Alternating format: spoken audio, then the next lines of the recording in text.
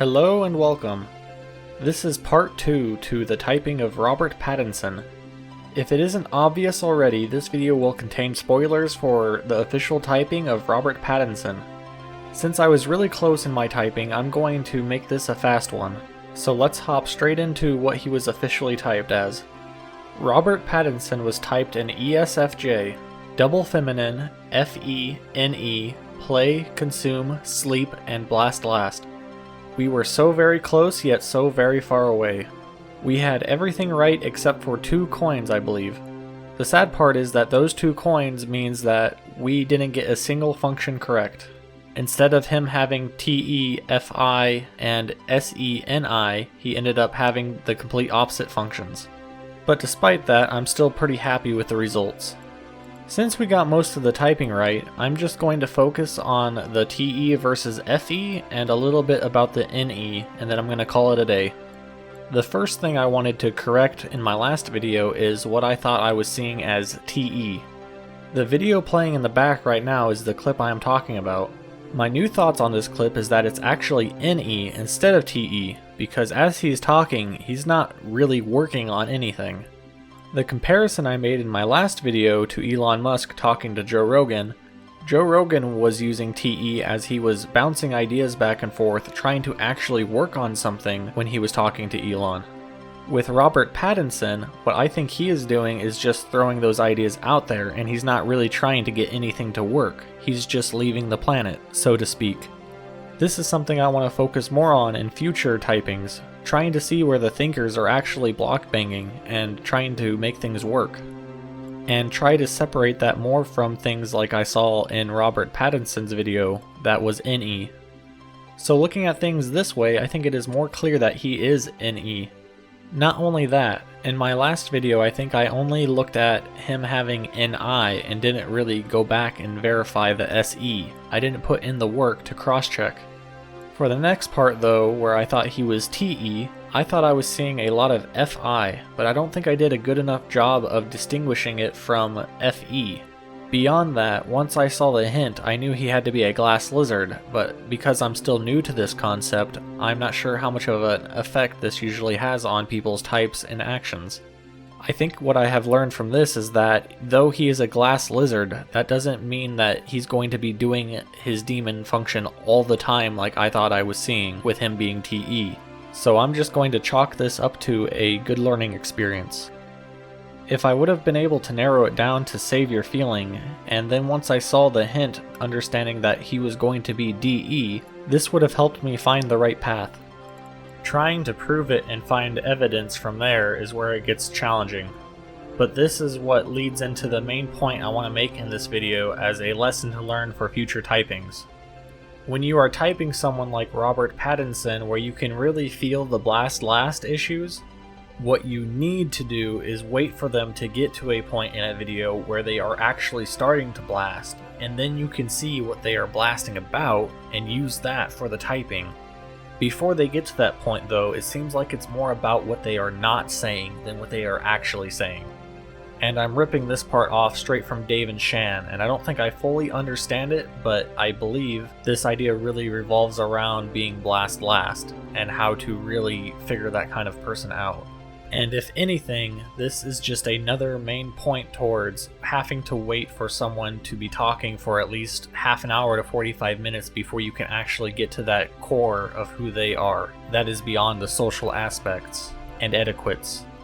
And since we're talking about main points here, I wanted to throw on 2 other side points that I'm trying to remember into the future. One I already touched on a little bit, and that is that TE and thinking in general is about making things work and to really look for that. The second side point is about how if someone is DE but also blast last, what they are actually doing is gathering the spectrum like a normal DE would, but they're doing it in a quiet manner, which is something really interesting to think about. Dave and Shan mentioned in their video about how when you're facing an EJ with lead blast, that it is a lot easier to see that and feel that because they're basically attacking you with it, compared to someone like Robert Pattinson that is Savior Consume, and they're kind of just gathering that spectrum quietly. If anyone takes anything away from this video, hopefully it's these 3 main points, and hopefully that helps them in the future. And if it happens to, please let me know in the comments. For this last part of the video, I just want to go through Dave and Shan's guess percentages on how sure they were on each coin. It should be scrolling down the screen now. So for the first one, their guess was Decider and they were 80% sure. And to me, I feel like I agree with them highly here, and something that really stuck out to me, but just he was very scared of judgment, and that is of course a key part of being an EJ. That fear of tribe judgment. The next coin, DE at 70% certainty.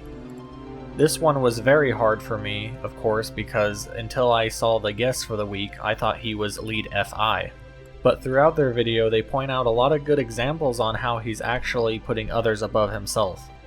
Whether it be an awkward comment in a video talking about Batman where someone mentions that he would be great at playing Batman, and he replies, "Oh yeah, you would be really good too." And also my favorite example of how he wanted someone else to pour boiling water on him instead of just doing it himself. The more obvious part is how he goes around intentionally, seemingly, demeaning himself in order for others to get a good laugh. The next coin is OE at 90% certainty. Their response to this was fairly interesting, and what they had to say is that he wasn't responsible to create order in the conversation. And of course, this is a symptom of having Demon Blast, but it's really interesting to think about how that is also affected by channel changing. To me, after really watching how he didn't really have a way for any of the things he did, it became very obvious that he was most likely OE.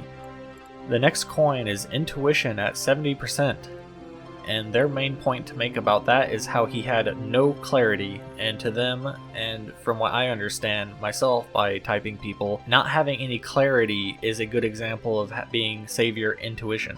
When someone is a Savior Sensor, they have a lot more tangibility to what they are talking about. But of course, with the Sensing and Intuition being in the middle of the function stack, it's very difficult to separate the two as to which one is a Savior. The next coin was Feeling at 65%, and all they had to say about that was emotions.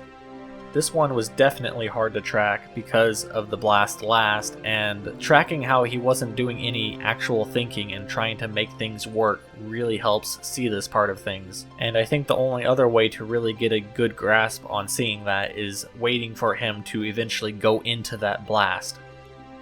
The next coin is Consume at 90%, and of course they talk about how he had to be kicked to talk. He was never really concluding, and he was never really presenting anything. And I take this as a good way to describe Demon Blast. Not having a way or an order to things, and not putting it out there in order for the tribe. The next coin was Play at 75%. In this part, they mention how he was not resolving, and also about the channel changing.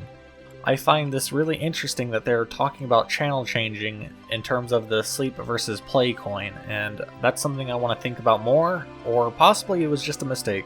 But it would be interesting to think about how play actually could have something to do with more severe channel changing, since it is OE and DE combined.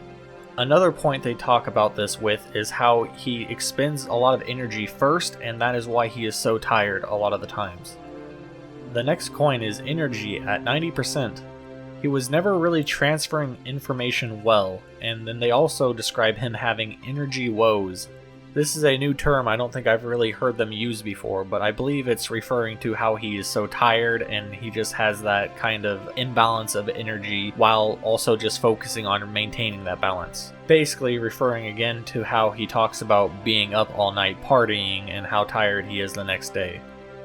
The next coin is Fiminen Sensory at 80%. They like to call this one not a wordsmith quite often, and that's something that I don't really see and don't know how to track, so I'm just going to nod my head and move on. But another point they make is how it's hard for him to pull up information, and I believe this is referring to how they see masculine sensory as being more of a timeline memory compared to just kind of remembering things visually. And finally, the last coin, Feminine DE at 90%. They didn't have too much to say on this one besides how he was feminine with the tribe. The only other point they make on this is how the double feminines are usually fairly handsome, and also his relationships with women that are more masculine seem to be the ones he's in with, which kind of shows their whole idea on opposites attracting, that they are trying to track a little bit more often here and there. For me, this coin was really obvious that he was pushing more on himself than others, and I still think it's hilarious that someone can be lead DE and try to push on themselves by using others. Especially that part where he asked the other guy to pour boiling water on him as punishment that he felt he deserved. I know this idea sounds kind of morbid, but to me it's just so hilarious how he's trying to go about punishing himself. It gets me every time. And with that, I believe that's everything I wanted to cover for this video, and I'm just going to leave it there. I hope you guys have a great time. I hope you learned something. I hope you have a Merry Christmas, and I will see you whenever I get around to typing the next person. Until then, goodbye.